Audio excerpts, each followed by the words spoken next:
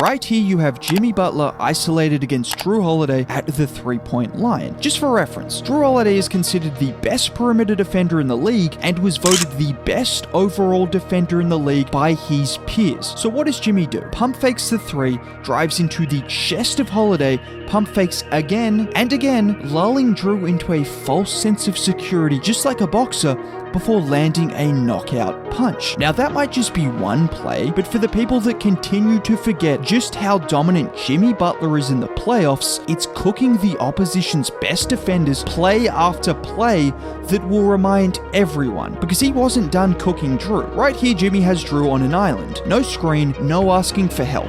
He backs down Holiday before going to his patented fadeaway, and it's nothing but cash. And don't for a second think that the league's leading shot blocker would be any help trying to stop him, because Brook Lopez has looked more like Robin Lopez when guarding Jimmy this series. And it's this level of dominance from Jimmy that has the Heat up 2-1 in a series that no one thought they could win with or without Giannis. They can't win without Jrue, but the Milwaukee can beat them without Giannis, is my point. Through 3 games in this series, Jimmy Butler is averaging 30 points, 4 rebounds, and 6 assists to go along with 2.5 steals. And don't forget the steals either, because we'll talk about those a little bit later. But he's doing this on 60% from the field and 67% from 3. This goes much deeper than just 3 games though. Since the beginning of the 2022 playoffs, Jimmy Butler has been one of the best 5 to 6 players in the NBA during the playoffs. Yes, top 5 to 6, and it's these numbers that back it up. He ranks nearly top 10 in every major statistical category aside from blocks,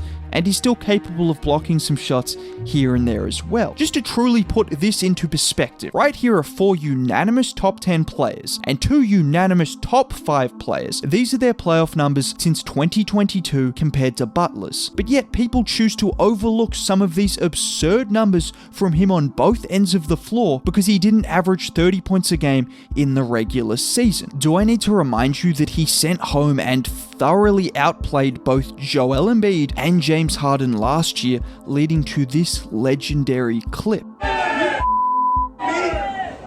Tobias Harris over me? Or how about when he had one of the best performances of the playoffs in a do-or-die game against Boston? Now for the 4th series in a row, the Bucks are finding out regular season Jimmy and playoff Jimmy are completely different. And I don't think Giannis is going to be the magical solution to slowing him down, because let's take it back to game 1. Prior to Giannis taking a very nasty fall, Jimmy had already set a very clear tone for the rest of the series. In the first quarter of game 1 alone, he recorded 14 points, 2 rebounds, and a steal on 6 of 8 shooting to go along with a +9. That was more points than the entirety of the Bucks starting lineup combined in the first quarter. And that included plays like this. Bam sets a screen to get Jimmy switched onto Lopez. Just the patience here as Butler just lulls Brook Lopez to sleep before casually stepping back and banking it home. And it's his ability to attack Lopez or other defenders which puts doubt in the mind of every Bucks player. Watch this play. It looks as though Love is about to set a screen to get the switch. Holiday positions himself for that screen, and the second he does that, Jimmy drives straight past him, and well, that's easy money. There's this idea that Butler isn't a truly elite scorer because he doesn't put up huge scoring numbers in the regular season, but like I showed you, he's putting up production equivalent to the likes of Giannis, Steph, and Luka, whilst actually being the most efficient of that group, which is because he's effective from every single spot on the floor. Butler by Jay Crowder. Oh, he's inside. What a play. Jimmy Butler. And is also fantastic at getting to the free throw line. Yes, I know not a single soul wants to see free throws, but the reason Jimmy gets to the line so often is because his combination of size, speed, and skill is just a nightmare. Take this play for example. Here he is matched up against, you guessed it, that guy again. The Heat set an initial screen, which Holiday goes under and does a good job at getting into perfect position on, but with no Lopez or Giannis protecting the rim, he knows he can just put his head down and he uses his strength to overwhelm Jrue, forcing him to hack it. And this is why he's such a matchup nightmare, because Jrue Holiday is the only player on the Bucks that has the quickness to stay in front of him, but he's also given giving up a couple of inches and 20 pounds. Pause. Just to truly give everyone an indication of what Jimmy can do as a scorer, and also the timing of his points. Following a blowout loss in Game 2, and all the momentum favoring the Bucks, the Heat trailed 21-15 at the start of the first quarter in Game 3. Jimmy proceeded to go on his own 12-0 run. No one else but Jimmy Butler scored during that 4-minute stretch.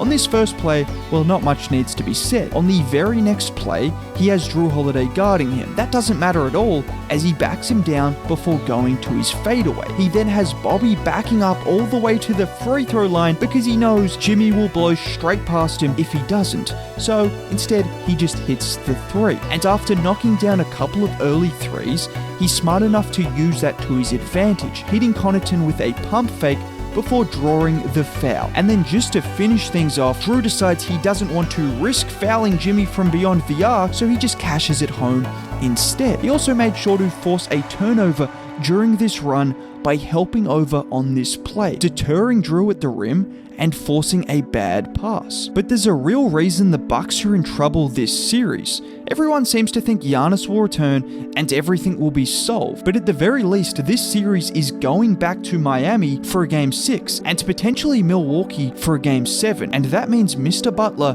is going to be on his A game. Last year, he played in 4 playoff games that were either to close out a series or to keep a series alive. In those games, 36-10-4-4, 32-8-4-1-2, 47-9-8-4, and then the final game against Boston. Yes, everyone forgets that he took the Boston Celtics to Game 7 and scored 35 in that Game 7. Forget about the scoring for just a second. Do you notice the defensive numbers he's putting up in those games? And one thing about his defense that I believe always gets overlooked is his ability to turn defense into offense in a flash. Not all defensive stops are created equally, and we saw against the Atlanta Hawks last year where he single-handedly ended their season through turning defense to offense. Just like on this play where he anticipates the pass to Bogdanovic, and the second it leaves Trey's hands, he jumps the passing lanes in a flash and turns it into easy offense. We've already seen it against the Bucks as well. When you pair his level of anticipation with how dominant he is in transition, ranking in the 80th or 90th percentile for transition players every year since 2017. Do you know how crazy that is? For reference, even LeBron or Giannis haven't done that. So when you combine those two things, it makes his defense all the more valuable. And it's these combination of factors that make him such a dominant playoff performer that I still don't think gets the credit he quite deserves. With that being said, if you did make it all the way to the end of the video, a like would be greatly appreciated. Subscribe to the channel for more. Have a great day. Bye.